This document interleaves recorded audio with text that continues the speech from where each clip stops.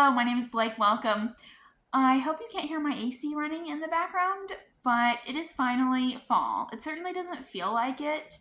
So I thought I would manifest the cooler temperatures by doing this book tag that I love. I have 10 questions here to go through, and I'm going to try to use books from this year that I have read, and I will leave the questions down below so you can do the tag if you're interested, and if you do, please let me know. But the first question is the air is crisp and clear. Name a book with a vivid setting. And for this one, I have Emily Wilde's Map of the Otherlands. And this is a book that I read recently. It is the sequel to Emily Wilde's Encyclopedia of Fairies. And I really enjoyed both of these books. I think that they both have a great fall setting.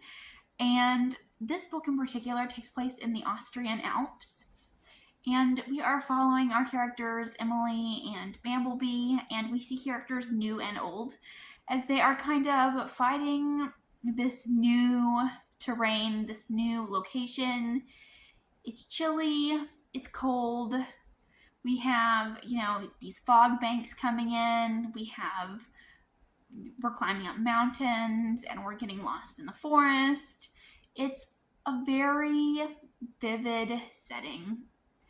And I just loved, it almost feels like the setting is a character in and of itself in these books. I feel like she makes the setting feel so real, and I felt so cold while reading this. And I was reading it on a very cloudy morning, and it happened to be a part in the book where it was super cloudy, and there were these cloud hunters coming down. So it was just a very cool scene, and as I looked out the window, it was very cloudy and foggy here. I really loved the academic feel of it all because academia always reminds me of fall. And anytime I read a book with academia inspired settings or academia aesthetics, it always makes me think of the fall season as well. So there are a lot of things about this series that I think go with fall. We are hanging out by the fire a lot, and they are drinking tea and hot chocolate, and it's just excellent vibes. And for question 2, nature is beautiful but also dying. Name a book that is beautifully written but has heavy themes like loss or grief. I actually have 2 for this one. Both of these I read this year and they came to mind. And the first one is What Feasts at Night by T. Kingfisher. This is the sequel to What Moves the Dead.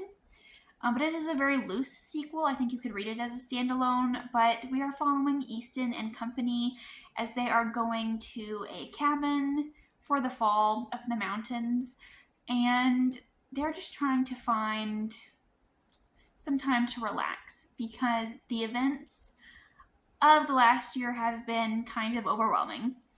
And we have Easton who gets to this cabin and things are not quite right, and there is a lot going on. The person who is supposed to be there is missing. The villagers are very suspicious of them. There are a lot of whispers that are following them around. There may or may not be a monster there. And we have Easton, who's really struggling with PTSD from being a soldier. And there was so much grief in this book from Easton's perspective, especially in the latter half. We really have him struggling, and we see the monster correlates to the PTSD, and the effects of the monster feel very similar to PTSD. And we see kind of Easton reflecting on when he was younger, when he got back from the war, and how no matter how much time passes, that feeling is still there. So it is incredibly heavy, and I feel like there were some really great descriptions of PTSD in there. And I also want to mention A Study in Drowning by Ava Reed. I think this is another great fall setting where we are following a young woman who is tasked with rebuilding the mansion of her favorite author, or rather redesigning it. And it's in this manor that's crumbling over the sea. We have a lot of descriptions of the cold air and the salt. It's very stormy. It's a very atmospheric read. and it is not very plot heavy. It's more of a character driven book, I would say. And we have our main character, Effie, really struggling because she was previously sexually assaulted. It's not on page, but it is kind of reflected upon throughout the course of the story, and she is dealing with kind of the trauma from that and struggling with, where do I go from here? I just want to get away from this person who has abused me. And they are someone who works at her college, so she does have to interact with them, and that is quite terrible for her to go through, and nobody has really taken her seriously, and she's kind of mocked for this. And again, it does have that academia feel, so I do think that it fits the fall vibes for me. And I just felt really bad for both Easton and Effie while I was reading these books. And I feel like there were some really heavy and emotional scenes, kind of just the undertones of these books. It just felt very heavy. And that leads me to question 3. Fall is back to school season. Name a nonfiction book you've read recently that taught you something new. And I don't read nonfiction very much anymore. I have not read any this year, sadly. I need to read some more nonfiction. I read a lot when I was in college, and I think that it kind of put me off of nonfiction. And so I haven't read any since I finished school. So I do need to get back into it, but I have no answers for these questions at the moment. Question 4 is, in order to keep warm, it's good to spend time with the people we love. Name a fictional friend group or family that you would like to be a part of. And for this one, I have Where the Dark Stands Still by A.B. Poranek. This is a YA fantasy. And in this book, we're following Liska, who lives in this village, and she has magical powers, but the people of this village are like, you're a witch, a pagan, get out, we don't want you. And she kind of runs off into the woods and in the attempt to wish her magic away. It is based in Polish mythology, and we have some of these Polish creatures in the forest, and she discovers the demon of the wood, and he says, come live with me for a year and serve me, and if you do, I will grant your wish. So she goes and lives with him in this sentient manor, and the manor itself almost feels like a character, but in this book, she kind of finds her family, and we have all of these cute little characters. It feels very cottagecore-esque, but like in a darker setting. We are in this creepy dark wood, and we have a spirit cat who is very sassy, and we have a ghost dog and a little demon child, and of course the manor itself feels like a character, and they just have all been a little lost, and they find solace and comfort in one another. And it's just so beautifully written. I love a found family trope. I loved the found family trope in this book. And I loved the cottagecore feelings. We are, making a lot of food. And there are descriptions of these creepy woods. And the manor itself is a very interesting place. And there is kind of a mystery for us to unravel. Colorful leaves are piling up on the ground. Show us a stack of fall-colored spines. So I went through and I pulled all of the red, orange, and yellow books that I have purchased this year. I'm sure there are more, but I haven't kept them. If I didn't like something, I took it back. But these are the ones I have so far that I was able to find. I have The Immortal Dark, 5 Broken Blades, Iron Flame, Heaven Breaker, and I have The Black Tongue Thief, and is it A Deadly Education? Yes. Which, Heaven Breaker might be cheating a bit.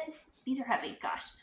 It's like blue and yellow, but like yellow is still a fall color, right? So just, yeah. I'm gonna count it. Question 6, fall is the perfect time for storytelling. Name a book where someone is telling the story of their life. And for this one, I have The Monstrologist by Rick Yancey. I recently read this one. It is a YA horror, and it is definitely pretty horrific and gory. I saw a couple of people said this was middle grade. I'm not sure if that's true, but it is very dark for middle grade if that is the case. But we are following this man named, well, let me back up. We have a man named Will Henry who has passed away in a nursing home, and he has left journals, and these journals kind of get passed around to a couple of different people. And in these journals, he is telling the story of his life, and it is a very bizarre story. He is very old, older than he should be, and he is talking about living in New England in the late 1800s. And he talks about how he was raised by a monstrologist, or someone who studies monsters. And this was a very interesting read. It was certainly very fall themed. There is an anthropophagi loose in the city, and they are killing young people in the city, and they like to eat young women. And one is kind of found wrapped around a dead girl's body at the cemetery. And that is kind of where our story starts. And Will Henry is keeping an account of all the things that happen to him and to this kind of mad scientist that he works for. The nights are getting dark. Name a dark and creepy read. And for this one, I have The Hacienda by Isabel Canis. And for this one, we're following Beatriz, who is marrying an older, wealthier man in Mexico, and she goes to live at his house, and something is very wrong. His previous wife died mysteriously, and there is a lot of whispering going on about this house, and Beatrice does not feel safe in this house. She thinks that there is someone watching her, she hears voices, and she's become very paranoid, so she enlists the help of a local priest to exorcise this house. And the reason why I picked this one is I feel like the atmosphere in this book is very on point. We have Beatriz in this house, and it's at night. She feels scared. It's dark. You know, the candles have blown out sometimes. It's chilly. She feels like she hears whispering. She thinks she hears footsteps. She hears, movement in the room. She thinks there are eyes watching her. And I feel like it really captures the dark, creepy feel. Days are getting colder. Name a short, heartwarming read. I don't read short, heartwarming reads very often, and I have not read any this year, apparently. But I will go with one that I read last year because I have not really talked about it very much on my channel, and that is The Paper Magician by Charlie N. Holmberg. And I have it here. And in this book, we're following Sienny, who wants to be a magician. She's graduating college, and you have the option to choose which element you would like to be a magician of. But she is kind of forced to become a paper magician because they are rare and they're kind of underappreciated. So she is kind of forced into this job that she didn't want as being a paper magician, and she has to be an assistant to someone named Thane, who is kind of a grouchy man who lives an isolated life, and that he has to teach her, essentially. And she is not happy about this, but the paper magic in this is so cute. Thane makes her a paper dog that she can fold up and put in her purse and take with her wherever she goes. And there is a paper skeleton that is the butler of this house. And you can make paper come to life, and you can make stories come to life. The paper magic in this is incredibly charming. Fall returns every year. Name a book that is an old favorite that you'd like to return to soon. And for this one, I'm going to go with Peter Pan. I think that Peter Pan is a great fall read. It has kind of a dark undertone, and it is very descriptive in terms of the setting, and we are on an island, and it just feels really dark. I haven't read it since I was in elementary school, and I feel like there are a lot of things that went over my head possibly. I would really like to go back and reread it, especially because that book has never really left my mind, And as I've gotten older, I've really thought a lot about Peter Pan as a character and how I actually feel like Peter Pan is actually the villain of the story. And I would really like to go back and now with more mature eyes and reflect on the story again.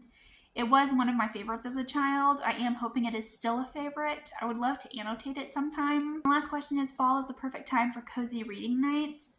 Name some of your favorite reading accessories. And I don't have very many accessories that I have to have, but I am a big candle girl.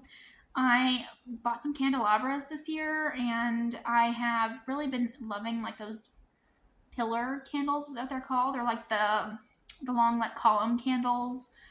I have them in like different shapes and colors. I have spiral ones and I have honeycomb ones. I have some that bleed. My sister gifted me some more. And I'd really just love those. I also discovered woodwick candles this year. I've seen them and I've heard people talk about them, but I've never had one until recently. And the little wooden wick, it has like a little crackly sound whenever you light it, so it feels like you're actually sitting by the fire. And my parents have a giant fireplace, and I love reading by their fireplace, but when I built my house, I was going to go over budget, so I had to remove some things that I really wanted, and the fireplace was one of them. So I don't have a fireplace here in the house that I built, and it made me sad. But this woodwick candle makes me feel like I don't have to be as sad about it, because at least I can hear the crackling sound from the little wooden wick. But those are some of the accessories that I've really been loving lately. Please let me know if you've read any of these or how you would answer these questions. Also, let me know some of your favorite fall scented candles. I love fall candles. Let me know what your favorites are. I'm really curious.